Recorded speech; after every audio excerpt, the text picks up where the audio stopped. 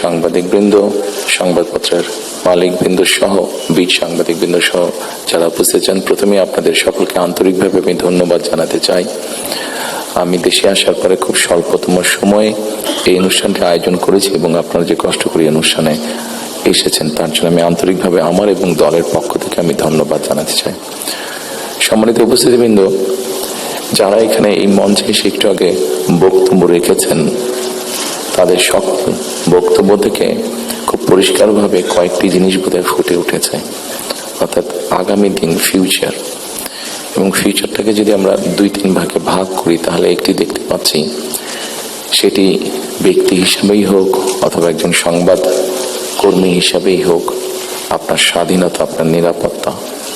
আমরা আরেকটি জিনিস মনে হয় আমার চোখে যেটা পড়েছে যারা বক্তব্য রেখেছেন, সেটি হচ্ছে যে গণতান্ত্রিক বা রাজনৈতিক যে অধিকারটি মানুষের, আপনার, আমার, আমাদের সকলের, সেটির ব্যাপারে একটা কনসার্ন সকলে এক্সপ্রেস করেছেন।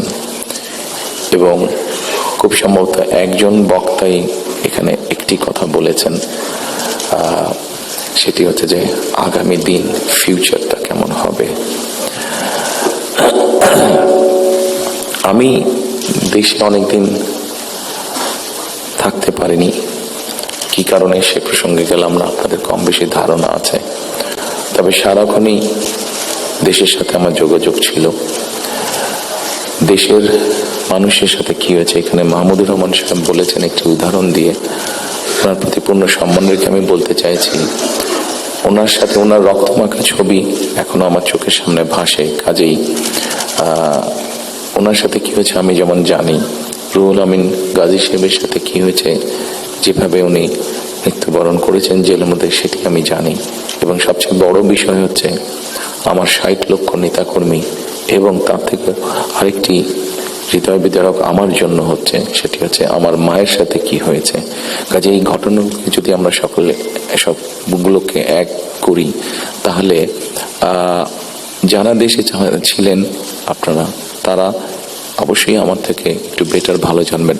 তবে আমি একদম যে জানি না বোধহয় বিষয়টি তা নয়, আমার একটি ধারণা আছে।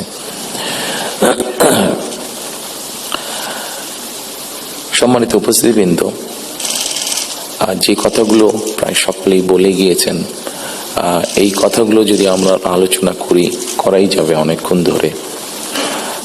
আপনারা আপনাদের মূল্যবান সময় ব্যয় করে এখানে এসেছেন। আমি এই কথাগুলোর মধ্যে থেকে একটু সরে এসে কিছু কথা বলতে চাই।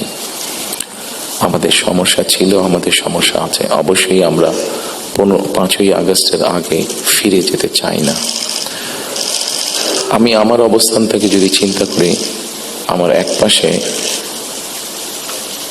1981 সালের একটি জানাজা, একই সাথে আমার এক পাশে 2025 সালের 31 ডিসেম্বরের একটি জানাজা, আর আমার আরেক পাশে 2024 সালের 5ই আগস্টের একটি ঘটনা। কাজে আমার মনে হয় এটি শুধু বোধহয় আমার একার জন্য নয়, যারা আমার দলের নেতা কর্মী সদস্য এবং সামগ্রিকভাবে পুরো দেশের মানুষের সামনে বোধহয় এই দুটি উদাহরণ বোধহয় সবচাইতে বাদ বিবেচনা করার জন্য সবচাইতে ভালো উদাহরণ, যে আসলে 5ই আগস্টে ফিরে যাওয়ার কোনোই কারণ নেই আমাদের।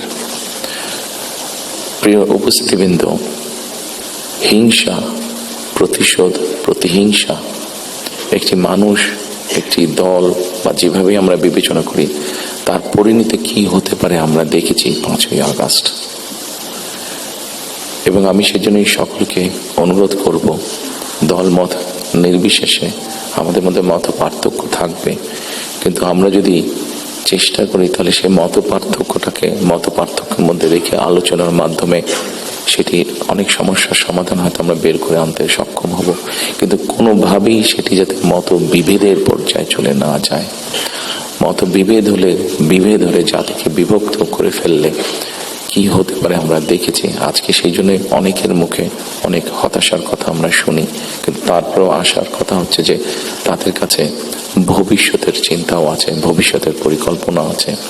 এখানে একজন বক্তা বলেছেন, পানির কথা বলেছেন, ওনার সাথে আমার কিছুদিন আগে কথা ছিল, ওনার সামনে আমি আরো বিষয় তুলে ধরেছি। আমার দেশে ফিরে আসার পরে আমি যে কবার আমার বাইরে যাওয়ার একটু বেশি সুযোগ হয়েছে, আমি সাভারে গিয়েছিলাম, আরো কয়েকটি জায়গায় গিয়েছিলাম। আমার কাছে মনে হয়েছে নতুন প্রজন্ম একটি গাইডেন্স চাইছে, নতুন প্রজন্ম একটি আশা দেখতে চাইছে। শুধু নতুন প্রজন্ম না, আমার কাছে মনে হয়েছে প্রত্যেকটি প্রজন্মই মনে হয় কিছু একটি গাইডেন্স চাইছে। আমরা যারা রাজনীতিবিদ করি আমাদের কাছে হয়তো অনেক প্রত্যাশা, সকল প্রত্যাশা হয়তো বা পূরণ করা সম্ভব নয়, কিন্তু আমরা রাজনীতিবিদরা যদি 1971 সাল, 1990 সাল, 2004-এর 24 সালের 5ই আগস্ট এই সবগুলোকে আমাদের সামনে রেখে আমরা যদি দেশের স্বাধীনতা, দেশের সার্বভৌমত্বের জন্য কাজ করি, তাহলে নিশ্চয়ই আমার কাছে মনে হয় একজন রাজনৈতিক কর্মী হিসাবে আমি দৃঢ়ভাবে বিশ্বাস করি আমরা জাতিকে একটি সঠিক ডাইরেকশনে নিয়ে যেতে সক্ষম হব। আমি জানি না এটা কতটুকু রিলেটেড, একটি ছোট্ট ঘটনা আপনাদের সামনে তুলে ধরতে চাই। আমাকে চিকিৎসার জন্য এই দেশ থেকে 2008 সালে চলে যেতে হয়েছিল যুক্তরাজ্যে। 2008 সালে যাওয়ার পরে 2010 সালে সেখানে প্রথমে একটা নির্বাচন আমি দেখেছিলাম। তো যেহেতু সেটি নির্বাচন ছিল, স্বাভাবিকভাবে রাজনৈতিক কর্মী হিসাবে আমার একটা ইন্টারেস্ট ছিল। টিভির সামনে বসে আমি ডিবেট দেখছিলাম। সেখানে দুজন নেতার মধ্যে, দুটি মেইন দলের নেতার মধ্যে, লেবার এবং কনজারভেটিভ, অনেকদিন ধরে লেবার ছিল, 2010 সালে নির্বাচনে কনজারভেটিভ আসে। তো দুই দলের দুই নেতার মধ্যে একটি আলোচনা হচ্ছিল। খুব দুঃখজনক হলো, বাংলাদেশ বাদই দিলাম, শুধু ঢাকা শহরের মধ্যেই কোনো অ্যাম্বুলেন্স সার্ভিস নেই। গত 54-55 বছরে আমরা মানুষের চিকিৎসা সেবার জন্য অ্যাম্বুলেন্স সার্ভিস গড়ে তুলতে সক্ষম হইনি। এটি খুবই দুঃখজনক ব্যাপার। তো এই অ্যাম্বুলেন্স সার্ভিস নিয়ে দুই নেতার মধ্যে তখন কথা হচ্ছিল। খুব সম্ভবত তখন যতটুকু আমার মনে আছে, তখন এমার্জেন্সির জন্য অ্যাম্বুলেন্স সার্ভিস কল করলে 20 মিনিটের মতন সময় লাগতো আসতে অ্যাম্বুলেন্সের। একজন বলছে 20 মিনিট লাগে, এটাকে আমরা 19 মিনিট করবো। আরেকজন বলছিল যুক্তি তর্ক দিয়ে যে 20 মিনিট লাগে, এটাকে আমরা 15 মিনিটে নিয়ে আসবো। অর্থাৎ একজন 1 মিনিট কমাচ্ছে, একজন 5 মিনিট কমাচ্ছে। এই কাজটি তারা তাদের জনগণের জন্যই করতে চাইছে। আমার মনে হয় এখানে যেটা একটু আগে মাহফুজ আলম সাহেব যে পানির কথাটি বললেন, খুব সঠিকভাবে বলেছেন। ঠিক এখন যেভাবে চলছে, এইভাবে যদি চলে, আমার যতটুকু ধারণা আগামী 10 থেকে 15 বছর, হার্ডলি 20 বছর পরে ঢাকা শহরে কোনো জায়গায় থেকে পানি আমরা পাবো না। আমাদের বুড়িগঙ্গা নদী সম্পূর্ণ রকম পলিউটেড, 100% পলিউটেড। শীতলক্ষা নদী 50%-এর মতন পলিউটেড। এখন মেঘনা নদী থেকে পানি আনার চেষ্টা করা হচ্ছে, আসছে বোধ একটা প্রজেক্ট কাজ হচ্ছে, কিন্তু এটার পানি আগামী 10 থেকে 15 বছর মধ্যে পলিউটেড হয়ে যাবে। ঢাকা শহরে যে 3.5 কোটি মানুষের মতন মানুষ বাস করছে, এদের কেউ পানি পাবে না। পানির অপর নাম জীবন। সারা দেশে যদি এই সমস্যা শুরু হয়, তাহলে বিষয়টি কত ভয়াবহ হতে পারে। আমার মনে হয় এইরকম বিষয়গুলি নিয়ে বোধহয় এখন আলোচনা হওয়া উচিত, সেটি সংসদে হোক, সেটি বিভিন্ন সেমিনারে হোক। কারণ তা না হলে একটি ভয়াবহ ভবিষ্যৎ আমাদের সামনে অপেক্ষা করছে হয়তোবা, which is very unwanted. সম্মানিত উপস্থিতিবৃন্দ, একই সাথে আমরা যদি একটু খেয়াল করে দেখি, আমাদের 20 কোটির মতন মানুষ এই দেশে, এবং এই দেশে 20 কোটি মানুষের মধ্যে একটি বড় অংশ হচ্ছে তরুণ সমাজের সদস্য। এই তরুণ সমাজের সদস্যদেরকে বিভিন্নভাবে আমাদেরকে উপায় বের করতে হবে কিভাবে তাদের কর্মসংস্থানের ব্যবস্থা হয়, সেটি দেশের ভিতরে হোক, সেটি দেশের বাইরে হোক। আমরা যদি এটি সক্ষম না হই এই কাজটি করতে, তাহলে আমরা 5ই আগস্ট বলি, 90-এর আন্দোলন বলি, 1971 সালের স্বাধীনতা যুদ্ধ বলি, আমাদের মনে হয় খুব সম্ভবত প্রত্যেকটি প্রত্যাশা ধ্বংস হয়ে যাবে। এখানে একজন সংবাদকর্মী, নারী সংবাদকর্মী, নারীর নিরাপত্তা বা নিরাপত্তা নিয়ে কথা বলেছেন উনি। আমরা মনে করি নিরাপত্তা শুধু নারীর না, নারী পুরুষ উভয়ের ক্ষেত্রে হওয়া উচিত। ছোট যদি একটি এক্সাম্পল দিই, খুব সম্ভবত বাংলাদেশে বছরে 7,000-এর মতন মানুষ, খুব সম্ভব গত বছর 7,000-এর মতন মানুষ রোড অ্যাক্সিডেন্টে মারা গিয়েছে। আমার কাছে বিষয়টি খুব অস্বাভাবিক লাগে। আমার ধারণা আপনারা যদি একটু চিন্তা করেন, আপনাদের প্রত্যেকের কাছে বিষয়টি অস্বাভাবিক লাগবে, কিন্তু ঘটনাটি ঘটছে, কোনো বছর বেশি, কোনো বছর কম। এই অস্বাভাবিক ঘটনাটি কেন ঘটবে? একজন মানুষ রোড অ্যাক্সিডেন্টে অধিকাংশ ক্ষেত্রে যারা মারা যাচ্ছে, আমরা যদি তাদের সামাজিক স্ট্যাটাসটা দেখি, খুব যে অবস্থাপন্ন লোক যারা আর্থিকভাবে সচ্ছল তারা যে মারা যাচ্ছেন তা না, কিন্তু যেই মানুষগুলো মারা যাচ্ছে সেই মানুষরা হয়তো বা তাদের ফ্যামিলির অনলি আর্নিং সোর্স। মারা যাওয়ার পরে সেই ফ্যামিলিটির কি হচ্ছে, অথবা লোকটি যদি পঙ্গু হয়ে যায়, মানুষটি যদি পঙ্গু হয়ে যায়, তাহলে তার ফ্যামিলির উপরে কি হচ্ছে, এই বিষয়টি বোধহয় আমাদেরকে নজরে আনা উচিত। এরকম অনেকগুলো বিষয় আছে যে বিষয়গুলো আমার মনে হয় রাজনৈতিক দলগুলোর মধ্যে চিন্তা ভাবনা হওয়া উচিত। এখানে শাইখ সিরাজ সাহেব বসে আছেন, ওনার একটি বিখ্যাত প্রোগ্রাম আছে কৃষি সংক্রান্ত। আমাদের দেশে কৃষকদের কি অবস্থা এখন, সেই বিষয়টি বোধহয় আমাদেরকে বিবেচনা করা উচিত।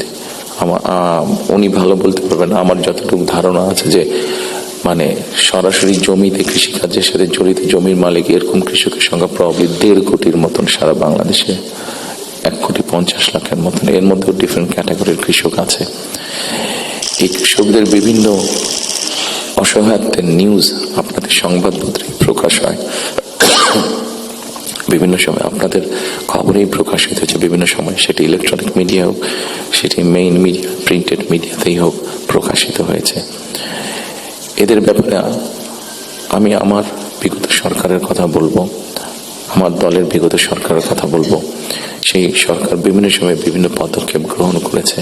এত বিশাল সংখ্যক মানুষ, যারা 20 কোটি মানুষের খাওয়া পড়ার ব্যবস্থা করছে, খাওয়ার অন্নের সংস্থান করছে, সেই এত বড় সমাজটাকে কিভাবে সাপোর্ট দেওয়া যায়, তাদের হয়তো সেভাবে বলার সুযোগ নেই। এখানে আপনারা সংবাদপত্রের যারা কর্মী আছেন, আপনারা আপনাদের কিছু সমস্যার কথা বলেছেন। আপনাদের সমস্যাটা আমাদের জন্য শুনতে জানতে সহজ হয়, বিকজ আমাদের জন্য একটা ভেন্যু আছে যেখানে আমরা আলাপ করতে পারি। কিন্তু ওই কৃষকগুলো যাদের কোনো ভেন্যু নয়, যারা এরকম একটা প্রোগ্রাম অর্গানাইজ করতে পারছে না, তারা কিভাবে বলবে কথাগুলো?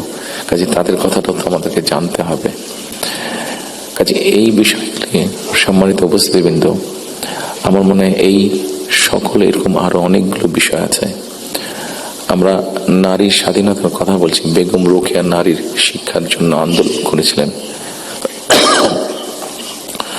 মরহুমা বেগম খালেদা জিয়া নারীদের শিক্ষার ব্যাপারটা নিশ্চিত করেছিলেন। পরবর্তীতে আগামী নির্বাচনে ইনশাল্লাহ জনগণের ম্যান্ডেট নিয়ে আমরা সরকার গঠনে সক্ষম হলে আমাদের একটি পরিকল্পনা রয়েছে, এই যেই নারীরা শিক্ষিত হয়েছে এদেরকে অর্থনৈতিকভাবে স্বাবলম্বী করে গড়ে তোলা। একটু আগে আমি যে ফ্যামিলি কার্ডটা বলেছিলাম, সেটির লক্ষ্য বা উদ্দেশ্য হচ্ছে সেটাই, এই নারী সমাজকে গড়ে তোলা। আমাদের হিসাব মতে বাংলাদেশে 4 কোটি ফ্যামিলি আছে। আমরা যদি পরিবার হিসাবে ভাগ করি, এবারে যে একটি পরিবারে 5 জন করে সদস্য ধরা হয়েছে। আমরা এই ফ্যামিলি কার্ডটি আপনাদের সামনে একটু তুলে ধরতে চাইছি, আমাদের পরিকল্পনাগুলো। কারণ এখানে একজন সাংবাদিক উল্লেখ করেছেন যে 25 তারিখে যখন আমি এসেছি, আমি একটি কথা বলেছিলাম মার্টিন লুথার কিং এর মতন, আই হ্যাভ এ ড্রিম, যেমন বলেছিল 62 বছর আগে মার্টিন লুথার কিং। আমি বলেছিলাম আই হ্যাভ এ প্ল্যান। সেই প্ল্যানের মধ্যে একটি অংশ হচ্ছে বাংলাদেশের যে হাফ পপুলেশন নারী, তাদেরকে ঘিরে, এবং সেটি হচ্ছে ফ্যামিলি কার্ড। ফ্যামিলি কার্ডের মাধ্যমে ইটস নট যে একটা ফ্যামিলি কার্ড যে নারী পাবে সেটি সে সারা জীবন পাবে। একজন গৃহিণী বা একজন হাউস ওয়াইফ যে পাবেন কার্ডটা সারা জীবনের জন্য না, আমরা 5 থেকে 7 বছর দেব। এই 5 থেকে 7 বছর তাকে আমরা একটা সাপোর্ট দেওয়ার চেষ্টা করবো। সেটা টাকার হিসাবে হতে পারে, অথবা এসেনশিয়াল ফুড আইটেমের হিসাবে হতে পারে। কারণ আমরা দেখেছি যে একজন নারী বা একজন স্ত্রীকে বা একজন গৃহিণীকে যদি একটি সাপোর্ট দেওয়া হয়, সেটি সে তার ফ্যামিলির জন্য সঠিকভাবে খরচ করে দেন একজন পুরুষ। এবং আমরা রিসার্চ দেখেছি যে যদি 5 থেকে 7 বছর দেওয়া যায়, তাহলে সে যেই অর্থটা তার হাতে জমা হয়, সে মূলত 3টি কাজে খরচ করে। প্রথমত তার ফ্যামিলির স্বাস্থ্যের পেছনে, দ্বিতীয়ত তার ফ্যামিলির ছেলেমেয়েদের শিক্ষার পিছনে, তৃতীয়ত সে যে অর্থটা জমা করতে পারে সেটি সে ছোট ছোটভাবে ইনভেস্ট করে। খুব স্বাভাবিকভাবে এইভাবে যখন সে ইনভেস্ট করা ধরবে, স্বাভাবিকভাবে তার গ্রামের লোকাল ইকোনমিটা স্ট্রেংথেন হবে, তার উপজেলার ইকোনমিটা স্ট্রেংথেন হবে, তার জেলার ইকোনমিটা স্ট্রেংথেন হবে, তার পরিবারটা শিক্ষিত এবং তার পরিবারটা যদি হেলদি হয়, এইভাবে পুরো গ্রামটা হবে, এভাবে পুরো উপজেলাটা হবে, এইভাবে পুরো জেলাটা, বিভাগ, একসময় গিয়ে দেশটা হবে। 4 কোটি ফ্যামিলির মধ্যে আপনারা বলতে পারেন একবারে কি দেওয়া সম্ভব কিনা? না, 4 কোটি ফ্যামিলির মধ্যে একবারে দেওয়া সম্ভব না। গ্র্যাজুয়ালি আমরা যাব, যারা প্রান্তিক, যারা যাদের নিডফুল, আন্ডার প্রিভিলেজ, তাদেরকে দিয়ে আমরা শুরু করব। এই কার্ডটি আপনারা জিজ্ঞেস করতে পারেন হয়তো কার্ডটি কাদেরকে দেবেন। আমরা কার্ডটি জেনারেল রেখেছি, ইউনিভার্সাল রেখেছি, কারণ আমরা অতীতে দেখেছি বিভিন্ন সময় বিভিন্ন সোশ্যাল সেফটি নেটওয়ার্কের আওতায় যাদেরকে নিয়ে আসা বিভিন্ন ক্যাটাগরি করা হয় এবং সেখানে কারাপশন দেখা দেয়। সেই জন্য আমরা এটি জেনারেল রেখেছি। এটি একজন গ্রামের কৃষকের স্ত্রী যেমন পাবে, ইমাম সাহেবের স্ত্রী যেমন পাবে, প্রাইমারি স্কুলের শিক্ষকের স্ত্রী যেমন পাবেন, ঠিক একইভাবে ডিসি সাহেবের স্ত্রীও পাবেন, এসপি সাহেবের স্ত্রীও পাবেন। তবে আমরা দৃঢ়ভাবে বিশ্বাস করি ডিসি সাহেবের স্ত্রী বা এসপি সাহেবের স্ত্রী নিশ্চয়ই ওনারা নেবেন না, কারণ ওনাদের ওটি প্রয়োজন হবে না। করাপশনটাকে যাতে মানে একটা স্প্রেড না করে, করাপশনটা যাতে স্বাভাবিক একটা পর্যায়ে থেকে কিছু তো অ্যানোমালিজ হতে পারে, সেটি আমরা গ্র্যাজুয়ালি ঠিক করব। ঠিক এভাবে কৃষকদেরকে হেল্প করার জন্য আমরা কৃষি কার্ড করেছি। একটি বড় সমস্যা হচ্ছে হেলথ ইস্যু। বাংলাদেশে 20 কোটি মানুষ, আমরা স্লোগান দিয়ে হয়তো বলতে পারি যে সকলের জন্য স্বাস্থ্যর ব্যবস্থা করবো, আমরা সকলকে স্বাস্থ্য সুবিধা আমরা দিব। এখানে আপনারা অনেকেই আছেন যারা আপনারা ইউকেতে গিয়েছেন, যেহেতু আমি ইউকেতে অনেকদিন ছিলাম, স্বাভাবিকভাবে আমি তাদের বিষয়টি আমার নজরে বেশি পড়েছে। তাদের ওখানে বৈধভাবে যে কোনো মানুষ থাকে তাকে তারা পূর্ণ হেলথ সার্ভিস দেয়, সেটা যে কোনো ধরনের, সেটা বাইপাস হোক, কার্ডিয়াক হোক, ক্যান্সার হোক, সব রকম চিকিৎসা তারা দেয়। কিন্তু এখন দেখা যাচ্ছে যে এই কাজটা করতে ইউকের মতন দেশগুলো, ইউরোপের যে ডেভেলপ দেশগুলো আছে, তারাও হিমশিম খাচ্ছে। তারা এখন যেটা চাচ্ছে সেটা হচ্ছে প্রিভেনশন। তারা হিসাব নিকাশ করেছে যে একজন মানুষ অসুস্থ হলে তাকে যদি হাসপাতালে নিয়ে আসা হয়, তাকে যদি ওষুধ দেওয়া হয়, ডাক্তার, নার্স, হসপিটালে বেড, সবকিছু, তাতে খরচ অনেক বেশি হয়। কিন্তু যদি প্রিভেনশন করা হয়, মানুষকে যদি সচেতন করা হয় যে এই খাবারগুলো খেও না, তাহলে তুমি কিডনি প্রবলেম হবে না, এই খাবারগুলো খেও না তাহলে তোমার হার্ট প্রবলেম হবে না, এই খাবারগুলো খেও না তাহলে তোমার ডায়াবেটিক হবে না, মানুষকে যদি এভাবে সচেতন করা যায়, তাহলে দেখা গেছে তাতে রাষ্ট্রের খরচ অনেক কমে আসে, মানুষের সুস্থ থাকে। এবং এটার বেস করে, যেহেতু ইউরোপে এই কাজটা চলছে, এটার উপরে বেস করে আমরা হেলথ কেয়ারার অ্যাপয়েন্ট করতে চাই। এবং এই হেলথ কেয়ারের অ্যাপয়েন্টের আরেকটি মূল লক্ষ্য উদ্দেশ্য হচ্ছে এরা যেরকম বেসিক ট্রেনিং পাওয়ার পরে গিয়ে মানুষকে সচেতন করবে, অ্যাট দ্য সেম টাইম সম্মানিত উপস্থিতিবৃন্দ, আরেকটি বিষয় বোধহয় আমাদের নজরে খুব আনার প্রয়োজন। একটি বিষয়, খুব ভয়াবহ পরিস্থিতি, মাহফুজ আলম সাহেব যেরকম পানির কথা বলেছেন, সেরকম আরেকটি ভয়াবহ পরিস্থিতি হচ্ছে যে আমাদের জনসংখ্যা যেভাবে বাড়ছে, আমরা যদি সৌদি আরব বা কুয়েতের সবগুলো তেল খনিও এখানে নিয়ে আসি, তাহলে হয়তো আমরা এই এত রিসোর্স দিয়ে আমরা এত মানুষকে সমস্যার সমাধান করতে পারবো না। সেই জন্য আমাদেরকে অবশ্যই পপুলেশন কন্ট্রোলে যেতে হবে, আমাদের দেশের জনসংখ্যাকে সীমাবদ্ধতার মধ্যে আনতে হবে। এবং সেই জন্য এই হেলথ কেয়ার যে নিয়োগ হবে, এই হেলথ কেয়ারের শতকরা 80 থেকে 85% আমরা 1 লক্ষের মতন আমাদের টার্গেট নিয়োগ করা। এই হেলথ কেয়ারের 80 থেকে 85% আমরা নারী কর্মীকে নিয়োগ করতে চাই, যাতে নারী কর্মীরা গিয়ে ঘরে ঘরে বোঝাতে সক্ষম হন যে কি জন্য প্রয়োজন হাইজিন মেনটেন করা এবং পরিবারকে সুস্থ রাখা, এট দ্য সেম টাইম পরিবারকে একটি রিজনেবল সাইজের মধ্যে রাখা, পরিবারের সদস্য সংখ্যা। ঠিক একইভাবে কৃষকের কথা আপনাদের সামনে বলেছি, যেই বিষয়টি আমি আপনাদের সামনে একটু আগে উল্লেখ করেছিলাম সম্মানিত উপস্থিতিবৃন্দ, সেটি হচ্ছে যে বিরাট এক তরুণ সমাজের সদস্য আমাদের আছেন। এই তরুণ সমাজের সদস্যদেরকে, সেটি গ্রামে হোক সেটি শহরে হোক, বিভিন্ন জনের বিভিন্ন কোয়ালিফিকেশন বা শিক্ষা ব্যাকগ্রাউন্ড আছে, সেটার উপরে বেস করে আমরা ভোকেশনাল টেকনোলজিক্যাল ইনস্টিটিউশনকে আমরা মডার্নাইজ করতে চাই। আমাদের ভোকেশনাল এবং টেকনোলজিক্যাল ইনস্টিটিউশন যেগুলো আছে, সেগুলোর মধ্যে প্রায় 200-250 মতন সাবজেক্ট আছে, যেগুলোর এত প্রয়োজন নেই আমাদের। আমরা এর মধ্যে কিছু কাজ করেছি, প্রাইমারি কাজ করেছি, যে নর্মালি যেসব দেশে আমাদের মানুষ যেতে পারবে বা পারে, যেমন তার একটা বড় অংশ হচ্ছে মিডল ইস্ট, সেখানে কি কি কাজের স্কোপ আছে আগামী 5 থেকে 10 বছর। একটি বড় মার্কেট হচ্ছে মানুষ যাবার জন্য, দেশ থেকে স্কিল শ্রমিক যাওয়ার মতন একটি বড় মার্কেট আস্তে আস্তে তৈরি হচ্ছে জাপানে, আস্তে আস্তে তৈরি হচ্ছে ইউরোপে, ইভেন চায়নাতেও তৈরি হচ্ছে। আমরা মোটামুটিভাবে একটি অ্যানালাইসিস করে দেখেছি কি কি ধরনের মানুষ এখানে যেতে পারে, সেটার উপরে বেস করে আমরা আমাদের ভোকেশনাল ইনস্টিটিউটগুলোকে আমরা সেইভাবে মডার্নাইজ করতে চাইছি। আপনারা নিশ্চয়ই খেয়াল করেছেন, যেহেতু আপনারা সংবাদ কর্মী, আপনারা নিশ্চয়ই খেয়াল করেছেন গত কয়েকদিনে আমার সাথে বেশ কিছু বিদেশি ডিপ্লোমেট দেখা করেছেন। ওনাদের মধ্যে যে সকল দেশগুলো এই ভোকেশনাল এবং টেকনিক্যাল ইনস্টিটিউশনে ওনারা অনেক ডেভেলপ, তাদেরকে আমরা বলেছি যে আপনাদেরকে এই সহযোগিতা করতে হবে। ওনারা খুশি মনে আমাদেরকে বলেছেন যে ওনারা এই ব্যাপারে সহযোগিতা করবেন। আমরা যদি আমাদের ছেলেদেরকে, এই মুহূর্তে 8 থেকে 10 লক্ষ মানুষ প্রতি বছর বিদেশে যাচ্ছে, তার মধ্যে প্রায় 6.5-7 লক্ষ মানুষ মধ্যপ্রাচ্যে যাচ্ছে, কিন্তু আপনারা যদি খেয়াল করে দেখেন যে তারা যে যাচ্ছেন মধ্যপ্রাচ্যে, তারা কিন্তু আনস্কিল্ড হিসেবে যাচ্ছেন।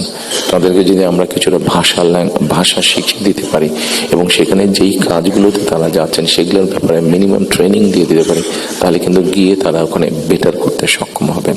ঠিক এইভাবে যদি আমরা রিসার্চ করে যদি মার্কেটগুলোকে বের করতে পারি, তাহলে দেশের বাইরে আমরা বহু সংখ্যক অ্যাকাউন্ট, যে 8 থেকে 10 লাখ অ্যাবাউট 1 মিলিয়ন মানুষ বিদেশে যাচ্ছে, এটাকে খুব সহজে 2 থেকে 3 বছরের মধ্যে পসিবলি 1.5 to 2 মিলিয়ন করা যাবে।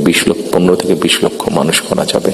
এবং 15 থেকে 20 লক্ষ মানুষ শুধু যাচ্ছেন না, তাদেরকে যদি ট্রেনিং এবং ল্যাঙ্গুয়েজ দিয়ে আমরা পাঠাতে পারি, তাহলে ভ্যালু অ্যাড হবে। এখন যদি কেউ $100 আর্ন করে মাসে, ইজিলি সেটা $300 নিয়ে আসতে পারবো। তাহলে বৈদেশিক মুদ্রার একটা বিশাল অংশ আমরা আনতে পারবো, যেটা দিয়ে আমরা কাজ করতে পারবো। আপনারা যেরকম বিভিন্ন বিষয়ে উল্লেখ করেছেন, বিভিন্ন দাবি দেওয়ার, সেই জিনিসগুলো আমরা পূরণ করতে পারবো। আমরা একটি জিনিস বিবেচনা করছি এই মুহূর্তে, এখন যদি আমরা দেখি আমাদের বৈদেশিক মুদ্রা উপার্জনের রাস্তা মূলত দুটি, একটি হচ্ছে গার্মেন্টস এবং একটি হচ্ছে আমাদের রেমিটেন্স, যেটা প্রবাসীরা পাঠিয়ে থাকেন কষ্ট করে। এইটির সংখ্যাকে আমরা বাড়াতে চাচ্ছি। আমরা একটি চিন্তা ভাবনা করেছি, এর মধ্যে নিজেদের মধ্যে আমরা আলাপ করেছি যে কোনো উদ্যোক্তা যদি একটি ইন্ডাস্ট্রি বা ফ্যাক্টরি সেট করেন, যেটির শতকরা 100 ভাগ পণ্য বিদেশে রফতানি হবে। যেমন কেউ যদি বলেন যে আমি কলমটি তৈরি করবো, কিন্তু এটা not for local market, absolutely for export market, তাহলে আমরা তাদেরকে বন্ডেড ফ্যাসিলিটি দেওয়ার কথা চিন্তা করছি। আমরা যদি বন্ডেড ফ্যাসিলিটিটা তাদেরকে দিতে পারি, আমাদের হিসাব বলে, আমাদের রিসার্চ বলে, তাতে এক্সপোর্টের সংখ্যা যেরকম বৃদ্ধি পাবে, তাতে উদ্যোক্তারাও খুশি হবে। এবং উদ্যোক্তারা যখন এখানে কোনো মিল কারখানা তৈরি করবেন, সেক্ষেত্রে আমরা আমাদের বহু বেকারের কর্মসংস্থান তৈরি করতে পারবো। কাজেই সম্মানিত উপস্থিতির মধ্যে আমি যদি এইভাবে আপনাদের সাথে আলোচনা করি, অনেক সময় লাগবে, সময় কম, আপনার প্রত্যেকে ব্যস্ত মানুষ, প্রত্যেকে আপনাদের সময় মূল্য আছে। আমি আমার কিছু চিন্তা ভাবনাগুলো আপনাদের সামনে শেয়ার করলাম। আপনাদের এখানে কয়েকটি কথা খুব সম্ভবত উঠে এসছে, যতটুকু আমার মনে পড়ছে। এখানে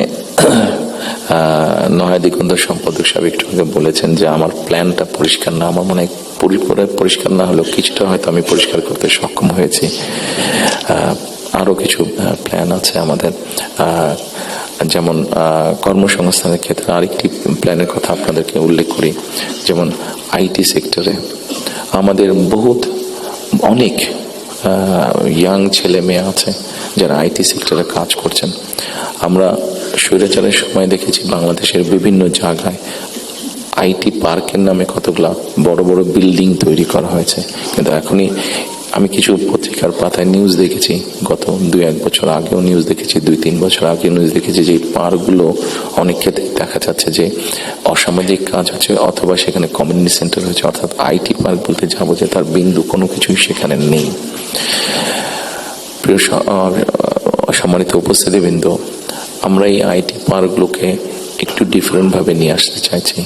আমাদের বিভিন্ন জায়গায় যে এই আইটি পার্কগুলো আছে, এই আইটি পার্কগুলোকে আমরা ওই এলাকায় যদি আমরা বের করতে পারি আমাদের তরুণ সমাজের কারা কারা আইটিতে কাজ করছেন, অনেকেই কাজ করছেন, কেউ কাজ করছেন ডাটা প্রসেসিংয়ে, কেউ কাজ করছেন হয়তো কোনো রকম ডিজাইনিংয়ে, কেউ কাজ করছেন হয়তো অনলাইন শপিংয়ের, শপিং মানে অনলাইন ট্রেড করছেন অনেকে। আমাদের একটা চিন্তা ভাবনা আছে যে এই মানুষগুলোকে একত্রিত করে আমরা ওই আইটি পার্কগুলোকে ফ্রি ওয়াইফাই দেবো এবং তাদেরকে ছোট ছোট স্পেস করে তাদেরকে অফিস করে দেবো। এখন হয়তো তারা হলে যারা থাকছেন, যদি স্টুডেন্ট হয়ে থাকেন হলে বিছানার উপরে কাজ করছে, তাহলে মেসে থাকলে মেসের ওই ছোট্ট কোনায় কাজ করছে, অথবা বাসায় থাকলে হয়তো বিছানার উপরে বসে কাজ করছে, অথবা ছোট্ট একটা টেবিল চেয়ার নিয়ে কাজ করছে। কিন্তু আমরা যদি তাদেরকে একটা স্পেস করে দিতে পারি তাহলে কিন্তু তারা তাদের বিজনেসটা অনেক ফ্লারিশ করতে পারবে এবং স্বাভাবিকভাবে তার বিজনেস যখন ফ্লারিশ হবে সে তখন আরো হয়তো তার মতন আরো কয়েকজনকে একসাথে নিয়ে আরো একটু বড় কোম্পানি করবে।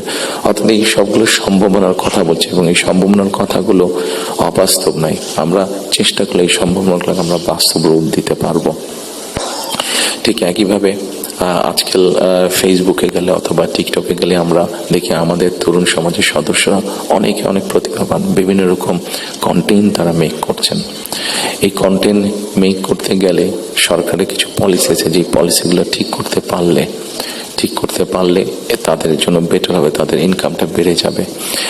ইন্টারন্যাশনাল গেটওয়ে যে আছে যেখানে কারেন্সি আসে বা যায়, এখানে কিছু সমস্যা আছে, পেপাল সহ এরকম যেগুলো আছে, আমরা এরই মধ্যে তাদের সাথে কথা বলেছি যে কিভাবে এই সমস্যাগুলো সমাধান করা যায়। অর্থাৎ যারা আমাদের অনলাইনে কাজ করবে বা কন্টেন্ট মেক করবে, এরা যে যাবে, এরা যে অ্যাড হবে, যে ইনকামটাতে আসবে, সেটা কিভাবে সহজে তাদের কাছে এসে পৌঁছতে পারে, এই ব্যাপারে আমরা তাদের সাথে মোটামুটিভাবে আলাপ করেছি। ইনশাল্লাহ আমরা গভর্নমেন্ট ফর্ম করতে পারলে এই ব্যাপারটা আমরা দ্রুততার সাথে করতে তখন সক্ষম হব এই সমস্যাটা সমাধান করতে। সম্মানিত উপস্থিতিবৃন্দ, আমাদের সামনে আপনারা এখানে অনেকে উপস্থিত আছেন যাদের অনেক লম্বা অভিজ্ঞতা আছে দেশ স্বাধীনের পর থেকে। আমাদের দেশ স্বাধীনের পর থেকে অনেক উথাল পাতাল ঝড় অনেক হয়েছে রাজনৈতিক অঙ্গন থেকে অর্থনৈতিক অঙ্গনে। এখানে একজন বক্তা বলে গিয়েছেন যে সামনে আমাদের চ্যালেঞ্জ আছে। একজন রাজনৈতিক কর্মী হিসাবে আমার কাছে মনে হয় ইয়েস, সামনে আমাদের অনেক কঠিন চ্যালেঞ্জ আছে, আমাদের মধ্যে বিভিন্ন রকম মত পার্থক্য আছে। একজন রাজনৈতিক কর্মী হিসাবে আজকে আপনাদের কাছে এবং আপনাদের মাধ্যমে সকল রাজনৈতিক দলের সদস্যদের কাছে, সামগ্রিকভাবে সমাজের সকল মানুষের কাছে আমি একটি বিনীত আহ্বান রাখতে চাই যে আমাদের বিভিন্ন মত পার্থক্যগুলো নিয়ে যাতে আমরা আলোচনা করতে পারি, আলাপ করতে পারি। আমাদেরকে যে কোনো মূল্যে ডেমোক্রেটিক প্রসেস, যেটা আমরা 12 তারিখ থেকে ইনশাল্লাহ শুরু করতে যাচ্ছি। এখানে এনটিভির আমাদের ওনার নামটা আমি জহিরুল আলম সাহেব অনেক আগে আমার একটা ইন্টারভিউ নিয়েছিলেন। আমি ওনাকে খুব সম্ভবত ওনাকে বলেছিলাম, অথবা মতি ভাই এখানে উপস্থিত আছেন, মানব জীবনের মতি ভাই, খুব সম্ভব ওনার ইন্টারভিউতে আমি বলেছিলাম যে আমাদেরকে যে কোনো মূল্যে হোক ডেমোক্রেটিক প্রসেসটা চালু রাখতে হবে, আমাদের জবাবদিহিতাটা চালু রাখতে হবে যে কোনো মূল্যে। সেটি জাতীয় পর্যায়ে হোক, সেটি লোকাল পর্যায়ে হোক, অর্থাৎ ইউনিয়ন পরিষদ নির্বাচন, পৌরসভার নির্বাচন, লোকাল পর্যায়ে হোক, সেটা কোনো ট্রেড বডির ইলেকশন হোক। আমার ব্যক্তি যেটা বিশ্বাস, আমরা যে কোনো মূল্যে যদি এই যে জবাবদিহিতাটা, গণতান্ত্রিক প্রসেসটা যদি আমরা কন্টিনিউ করতে পারি, অনেক বেগ হয়তো আসবে, অনেক কঠিন হবে, কিন্তু একটা সার্টেন টাইম পর পর আমরা যদি গণতান্ত্রিক প্রসেসটাকে কন্টিনিউ করে যেতে পারি তাহলে নিশ্চয়ই আমরা অবস্থার পরিবর্তন ঘটাতে সক্ষম হব। এবং আরেকটি কথা, কাউকে আঘাত না করি আমি বলতে চাইছি, কোনো রাজনৈতিক দলের নেতা সদস্য কাউকে আমি আঘাত করতে চাইছি না। আমি আমার চিন্তাটা শুধু ওনাদের সামনে তুলে ধরতে চাইছি যে আসুন আমরা দেশের মানুষের শিক্ষা, দেশের মানুষের স্বাস্থ্য, দেশের নারীদের অধিকার, এম্পাওয়ারমেন্ট, কর্মসংস্থান, পরিবেশ, সবকিছু মিলিয়ে এই যে বিষয়গুলো, যেটি একটি সাধারণ মানুষের জন্য প্রযোজ্য, আমরা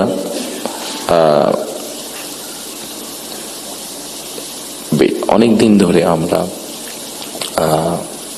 শব্দটা কি আমাদের রিফর্ম, শব্দটা মনে করতে হবে, সংস্কার, রিফর্ম, যে বিষয়গুলি নিয়ে আমরা আলোচনা করেছি, আপনারা যদি একটু খেয়াল করে দেখেন এই রিফর্মের আমার কাছে মনে হয়েছে যে 3টি পার্ট আছে। একটি হচ্ছে সাংবিধানিক পার্ট, একটি হচ্ছে আইনগত পার্ট, এবং আরেকটি হচ্ছে মানুষের প্রতিদিনের জীবনযাত্রা, নিরাপত্তা, তাদের সিকিউরিটি সবকিছু নিয়ে একটি পার্ট আছে। আমরা সাংবিধানিক বিষয় নিয়ে আলোচনা করেছি, আইনগত বিষয় নিয়ে আলোচনা করেছি। আমার মনে হয় মানুষের প্রতিদিনকার প্রত্যেকটি মানুষ, সকল সমাজের প্রত্যেকটি শ্রেণী পেশার মানুষ, তাদের প্রতিদিনকার যে চাওয়া পাওয়াগুলা, প্রয়োজনগুলো, সেটা নিয়ে বোধহয় আমরা আলাপ আলোচনা একটু কম করেছি। আমার কাছে মনে হয় সেই বিষয়গুলি নিয়ে বোধহয় আলোচনা করা উচিত। সেই বিষয়গুলি নিয়ে বোধহয় প্রত্যেকটি রাজনৈতিক দলের আলোচনা করা উচিত। আমরা শুধু রাজনৈতিক বিষয় নিয়ে সেমিনার করছি, সিম্পোজিয়াম করছি, আলোচনা করছি, তর্ক বিতর্ক করছি। অবশ্যই ওগুলো প্রয়োজন আছে, কিন্তু অ্যাট দ্য সেম টাইম আমরা যদি মানুষের প্রতিদিনকার তার চিকিৎসা ব্যবস্থা কি হবে, তার কর্মসংস্থান কি হবে, তার পরিবারের সন্তানদের শিক্ষা ব্যবস্থা কি হবে, তার রাস্তায় বের হলে নিরাপদে সে ফিরে আসতে পারবে কিনা, এইরকম বিষয় যেগুলো আছে, এই বিষয়গুলো নিয়েও বোধহয় আমাদের আলোচনা আরো একটু বেশি হওয়া উচিত। এই বিষয়গুলো নিয়ে বোধহয় আমাদের প্ল্যান প্রোগ্রাম আরো একটু বেশি হওয়া উচিত। এই পলিসিগুলো নিয়ে বোধহয় আমাদের চিন্তা ভাবনা আরো একটু বেশি হওয়া উচিত। সম্মানিত উপস্থিতিবৃন্দ, সামনে নির্বাচন। আমি একটি রাজনৈতিক দলের সদস্য। স্বাভাবিকভাবেই আমরা 22 তারিখ থেকে আমাদের সকল রকম পরিকল্পনা নিয়ে জনগণের সামনে যাব। আপনারা যারা আজকে কষ্ট করে আমাদের আমন্ত্রণে এখানে এসেছেন, আবারও আপনাদেরকে আমি আমার এবং আমার দলের পক্ষ থেকে আন্তরিক ধন্যবাদ জানাতে চাই। একই সাথে আমরা ইনশাল্লাহ দেশের মানুষের সমর্থন নিয়ে সরকার গঠনে সক্ষম হলে যাতে আপনাদের কাছ থেকে এমন ধরনের আলোচনা, সমালোচনা আমরা পাই যেটা আমাদেরকে সাহায্য করবে দেশকে সামনে এগিয়ে নিয়ে যেতে। শুধু সমালোচনা করার জন্য নয়, আপনাদের কাছ থেকে এমন সমালোচনা আমরা পাই যাতে আমরা দেশের মানুষের যে সমস্যাগুলো আছে, সেই সমস্যাগুলো যাতে আমরা সমাধান করতে সক্ষম হই, আমরা সরকার গঠনে সক্ষম হলে, সেই প্রত্যাশা রেখে আবার আপনাদেরকে ধন্যবাদ জানিয়ে আমার বক্তব্য শেষ করছি। আসসালামু আলাইকুম।